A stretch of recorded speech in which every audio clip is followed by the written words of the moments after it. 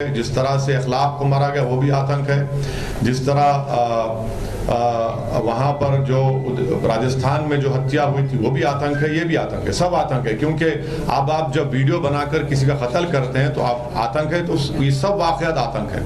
ये जो दो लड़कों ने जो घिनौनी हरकत की है, क्या इनकी तायद में कोई जुलूस निकाला?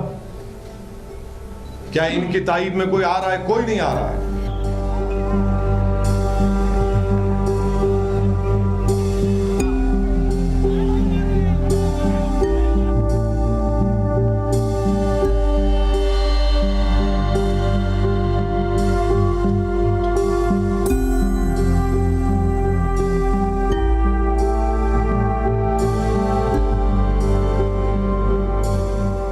जो कल उदयपुर में हुआ, मैंने उसका कंडेम किया है स्ट्रॉन्गेस्ट वर्ड में।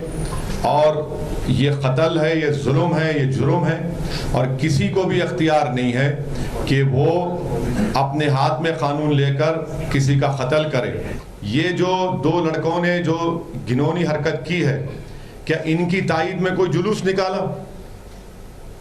क्या इनकी तायद में कोई आ रहा है? कोई नहीं आ रहा है। पीलू खान को मारा गया वो भी आतंक है। जिस तरह से अखलाक को मारा गया वो भी आतंक है। जिस तरह वहाँ पर जो राजस्थान में जो हत्या हुई थी वो भी आतंक है, ये भी आतंक है, सब आतंक है। क्योंकि अब आप जब वीडियो बनाकर किसी का कत्ल करते हैं तो आप आतंक है, तो ये सब वाक़यात आतंक है। कट्टरता, देखिए देश में कट्टरता सिर्फ एक समाज में नहीं है, सब समाज में बढ़ रही है, सब समाज में बढ़ रही है। तो भाई जो बढ़ा रहे हैं उनको पूछिए।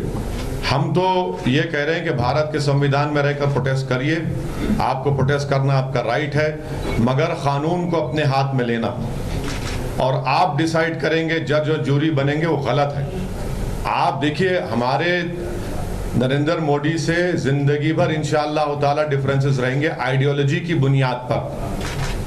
दो समंदर के किनारे एक जगह जमा नहीं हो सकते, मगर इसका हरगिज मतलब ये नहीं है कि आप देश के प्रधानमंत्री को धमकी देंगे। हमारे पॉलिटिकल डिफरेंसेस है और रहेंगे, मगर आप धमकी देंगे देश के प्रधानमंत्री को? वो देश का प्रधानमंत्री है, कैसे धमकी देंगे आप?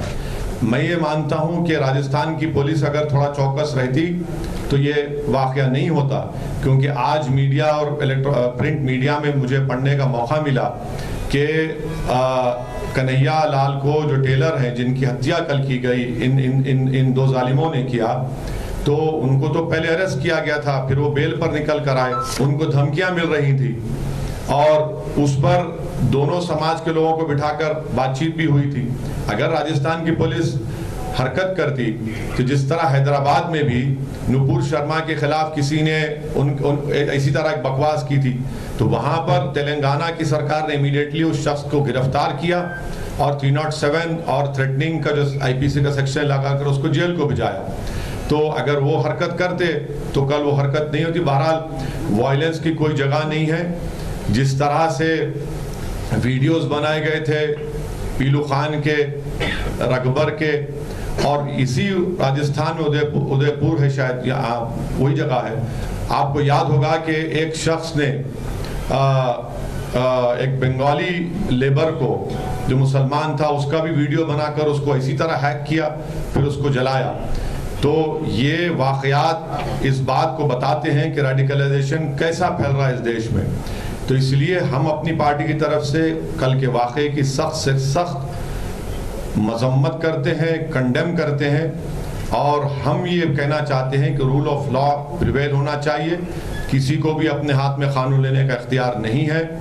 देश के संविधान के तहत प्रोटेस्ट होना चाहिए, पीसफुल प्रोटेस्ट होना चाहिए। यकीनन हमारा डिमांड ये है कि नुपुर शर्मा को भारत के कानून के तहत उसको गिरफ्तार करना चाहिए, और अगर कोर्ट उनको गिल्टी साबित करता है तो कोर्ट कानून के दायरे में रहकर कोर्ट कानून को सामने रखकर उनको सजा भी देगा। मगर नुपुर शर्मा को अरेस्ट करना जरूरी है, क्योंकि जब उनको सस्पेंड किया गया तो सस्पेंशन कोई पनिशमेंट नहीं है।